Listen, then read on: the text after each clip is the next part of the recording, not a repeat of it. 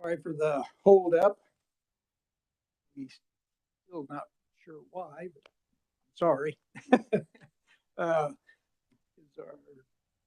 We ready to go on WebEx? I'm assuming, okay. First speaker this morning is Jamie Morris, Director of Financial Aid, Scholarships, and Veterans Services. We have her. Good morning. Good morning. Welcome to committee. We don't have you up on the screen yet, but you're coming. Okay.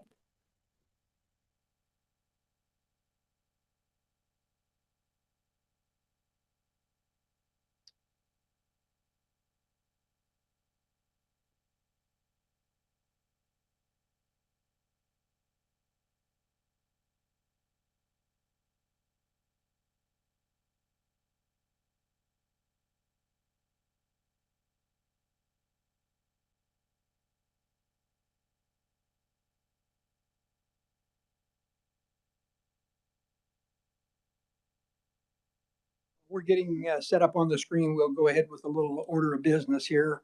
Has everybody had a chance to read the minutes of February the 17th? Assuming so. Do I see a motion to approve the minutes of the 17th? Yes, Mr. Chairman, move to got a question. Minutes of February 17th. Thank you. Okay, you've heard the motion. Oops. Representative Dodson. Second. Okay.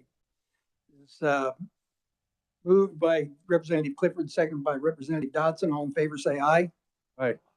Minutes are, any nays? Minutes are approved.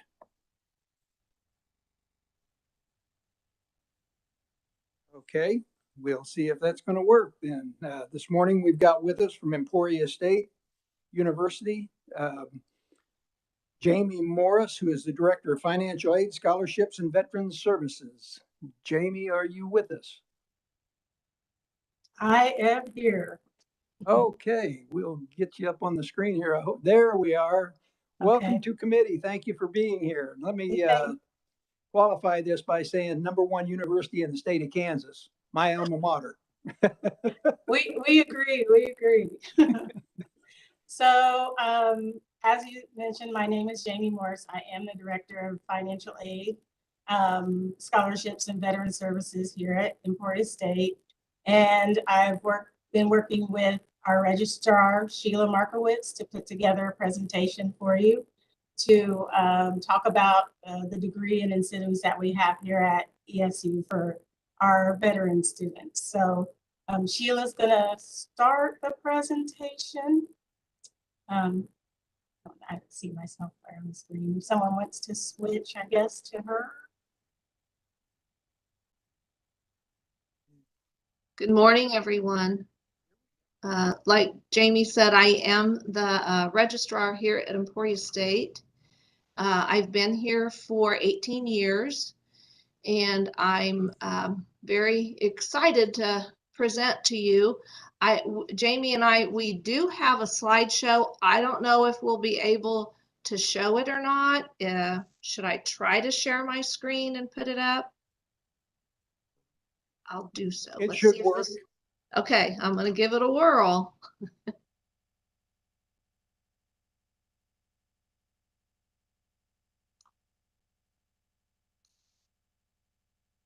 Did that work? Looks like it did. Yeah. All right. All right. So, as I said, I've been here for 18 years, and in my 18 years, I have worked with the process for actually awarding credit for our veterans and our service members. When I transitioned from the associate registrar to the registrar, I kept those duties with me because I felt like I had a lot invested in some of the changes that we've made and the progress that we've made.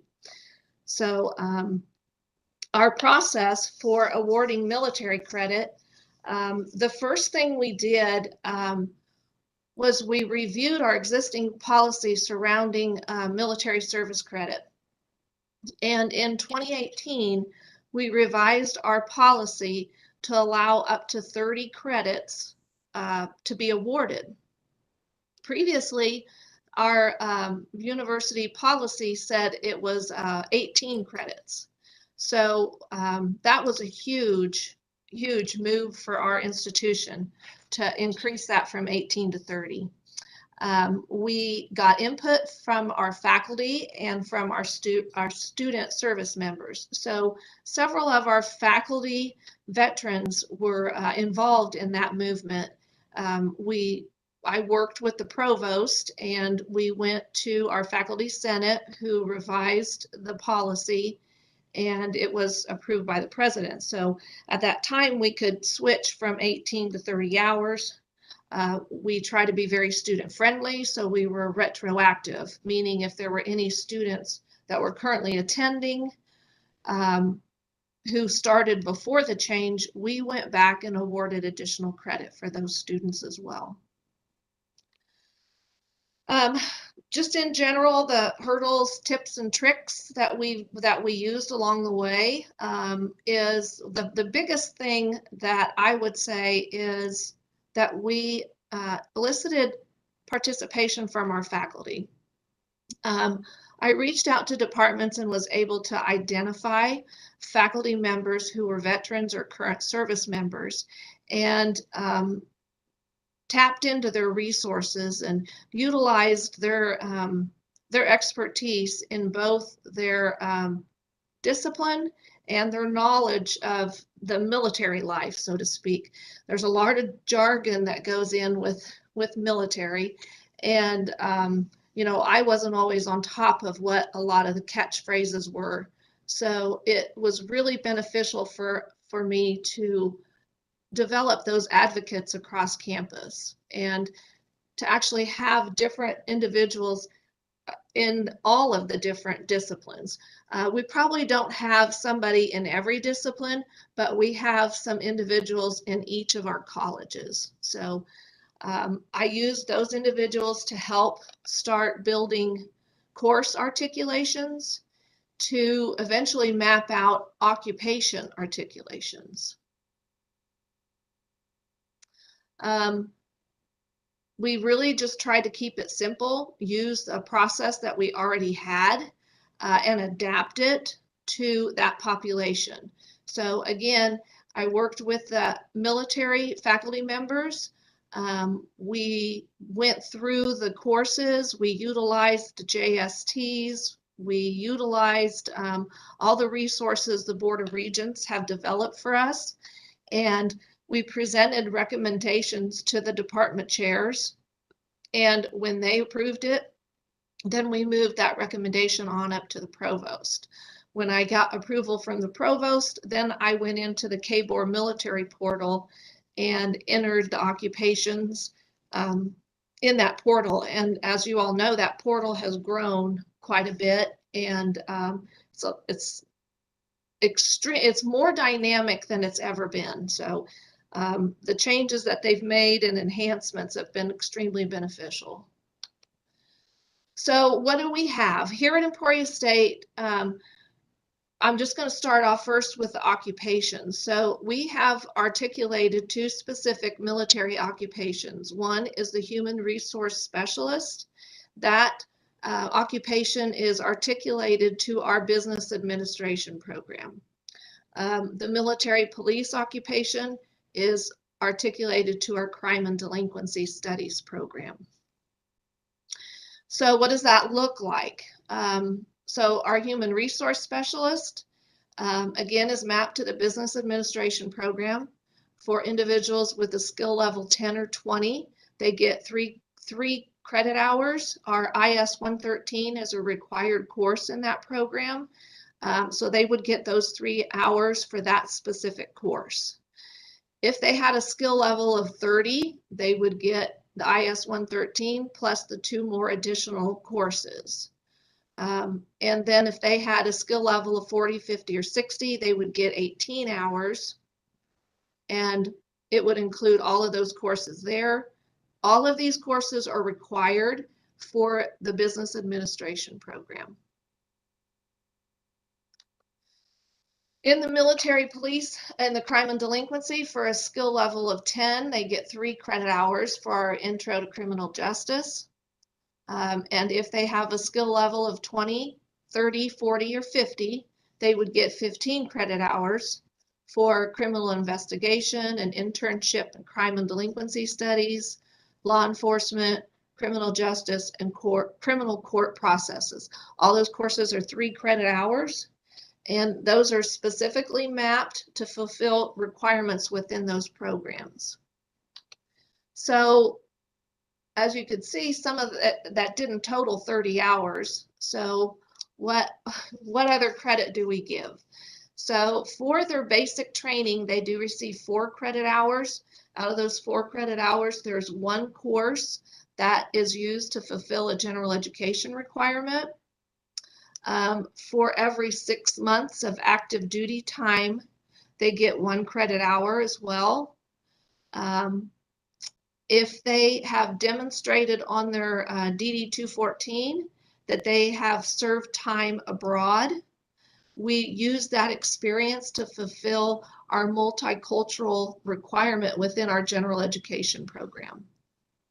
So, and we would also I don't want to say lump, but we would utilize their military occupation as well as the information on their JST, and would give them as many hours as we can, up to the 30 hours, trying to make those hours apply specifically to their programs or to their general education requirements.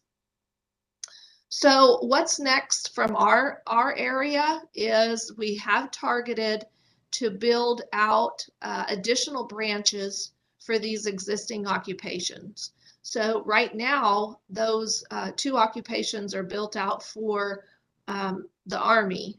And so we'll be working on building them out for the additional branches and entering that in the KBOR portal. The other one we have on our radar is to articulate the infantryman occupation. So I'll be reaching out to my partners across campus, my faculty members, and that's our next step, is to work on those.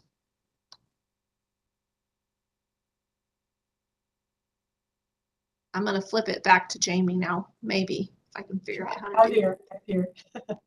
Okay, so for, we are, just about me, a little bit more about me.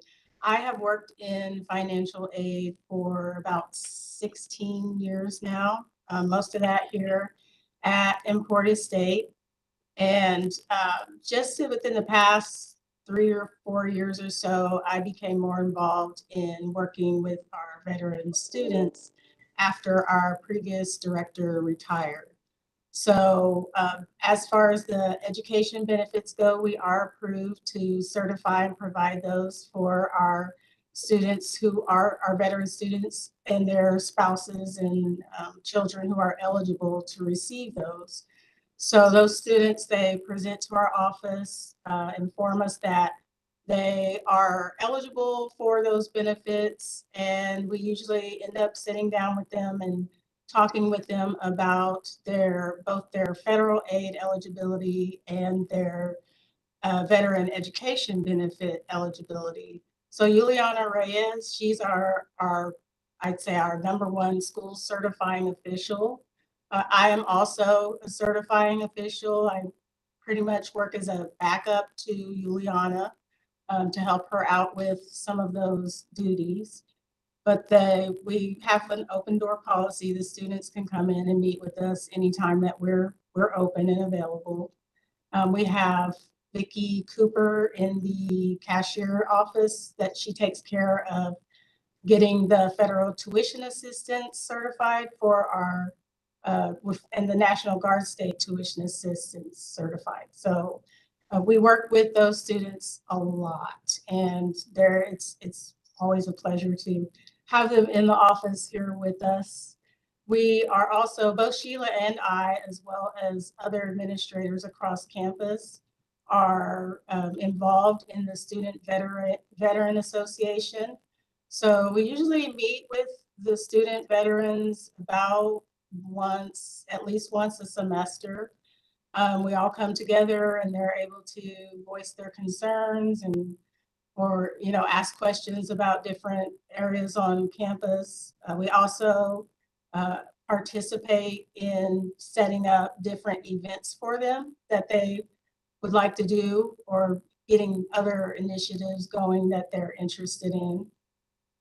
And most recently, we now have a new student veteran center. So that picture that you see there on the screen is part of that center. So in that veteran center, there's a reception area, there's a meeting space where they can get together and conference.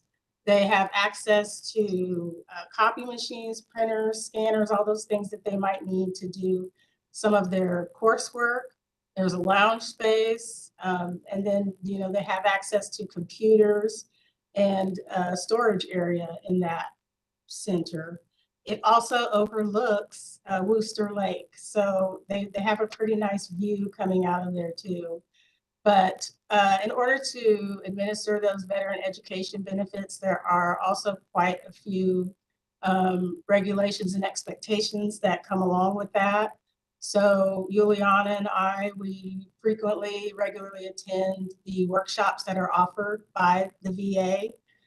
We send Juliana to a conference, a conference that happens annually, a big conference where school certifying officials get together and learn about what's coming up, or just to make sure that we stay on top of the regulations and administering those benefits in a way that will benefit our students and, of course, keep us eligible to do so. So we're here for them whenever they need. We make sure that we communicate with them about when things are changing. Like, for instance, it used to be they now have to report their own enrollment each month in order to receive their monthly housing benefits. That didn't used to be that way, but that just started this semester. So we made sure that we communicated with them frequently about those changes.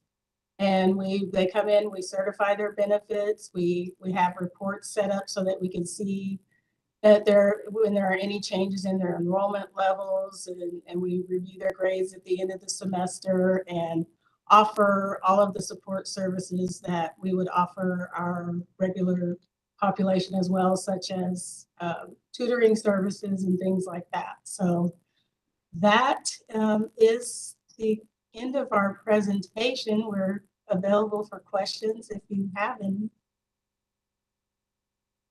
Thank you very much. It's very interesting and a lot of good information about the things that you offer to our veterans. And with that, I'll open it for questions committee. Representative Dodson. Now, when we first started this several years ago, this had to do with how you mapped military skills, occupational skills into things that were relatable to curriculum. We started with things that were in logistics or other technical skills because those were more relatable.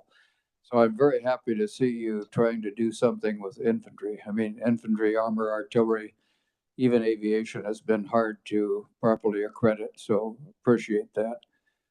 You bet. And well, we do recognize that is one of the largest groups that would be exiting the military in our area. So, we recognize a need there, and we would really like to capture and build on that a little bit more. So thank you. One of the toughest nuts to crack has always been tuition assistance. And she just pointed out, she went on for some time about kind of the rules and regulations, which have probably only gotten more complex over time. So I'd like your take on kind of how that's working and whether or not there are delays in the receipt of tuition assistance for some of our former soldiers. So the way that the federal tuition assistance works is it's a little bit different from the benefits that we certify through our office. There is a lot of times a delay in the timing of when we certify the enrollment for the students. And then, of course, we have a 10-day period when the semester starts where students can change their schedule. So what we do is we report the number of hours that they're in, and then after the add drop period closes, because a lot of times those courses and the number of hours they're in fluctuate a lot, that's the point at which we send in the actual tuition and fees or we report the tuition and fees that the student has at the end of that 10-day period. So there is a delay. What we have set up through the cashier's office is we send all of that information over. So Vicki Cooper does the federal tuition assistance, and then the other education benefits we certify through our office, but we share that information with each other. So she's able to put like a hold basically on the student's account so they don't get penalized for not having their tuition paid. So if they have federal aid coming through that they've accepted, that goes through the system first. It takes care of whatever tuition and fees are on their account. And then when the benefits, the other veteran benefits show up, the federal tuition assistance, that money is released to the student. They're not penalized with late fees and things like that for the delay in those funds arriving to the school. But yes, it varies. I'm not sure how that works exactly, but it does vary. Sometimes 2 weeks, we've seen it a month later. I mean, it's just kind of varies for each student, but we do make sure that we keep them aware of what's going on. And our veteran students, our students receiving those benefits, they're really on top of things. So they're pretty easy population to work with in that way, that we don't have a lot of, the delays are certainly not due to anything on their end or even ours, but for the most part, it's just waiting for those funds to arrive to the school. Thank you very much. I know that when federal regulations change regarding tuition assistance, whether it's how they're to be adjudicated themselves or whether there's funding level changes, it impacts all of folks like you are trying to help. So thanks for what you're doing, and thanks for your understanding for these lags and trying to help the troops get through that period. Thanks, Thank you. Mr. Chair. Representative Riz. Thank you, Mr. Chair. I was curious in the slide that spoke about how many credit hours are being given. It says up to 30 hours. Do you know what the average hours that have been granted? I would say the average would be around 25. You know, I really work hard to give up to 30 if I can make those 30 hours map to degree completion and somehow. I don't want to harm the student by awarding credits that don't really apply, that could then have a negative impact on any other aid that they might be eligible for. So, we do work really close. Jamie's office and my office work really close when we have veterans, because we also do the residency declaration. And as you know, there is an exception for veterans in the residency status as well. So we try to work really close to make sure that our veterans are getting all of the services that they're entitled to. And we try really hard to make it as smooth a transition as possible, while hurdling all of the federal regulations that are tied. So it's a bit of a trick, but you all are familiar with that. Thank you so much. You bet. Other questions? Representative Clifford. Thank you, Mr. Chairman. I just want to make a comment. When I went back to school after I left the military in the mid-'80s, there was absolutely no help at the university I attended. And I'm very impressed with the services offered to our current veterans. I was on the GI Bill, and it worked very well, but it was just all between me and the Veterans Administration without any on-the-ground support. So I really appreciate what these ladies are doing for veterans. Other questions? Seeing none. Thank you, Jamie. That was very interesting and really appreciate your time and consideration to come to committee and let us know what's going on. And we can kind of spread the word too to the vets that we run into from time to time. So really appreciate you being here. Thank you very much. The invitation. Thank you. Thank you, everyone.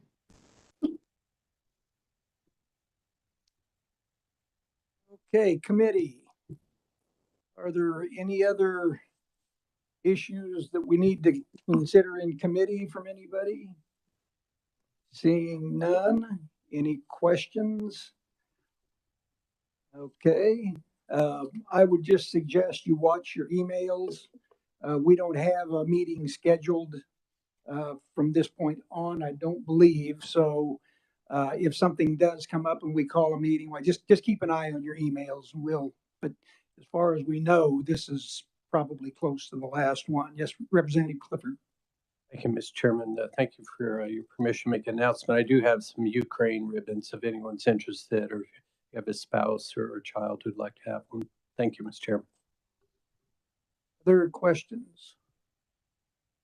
With that, we are adjourned.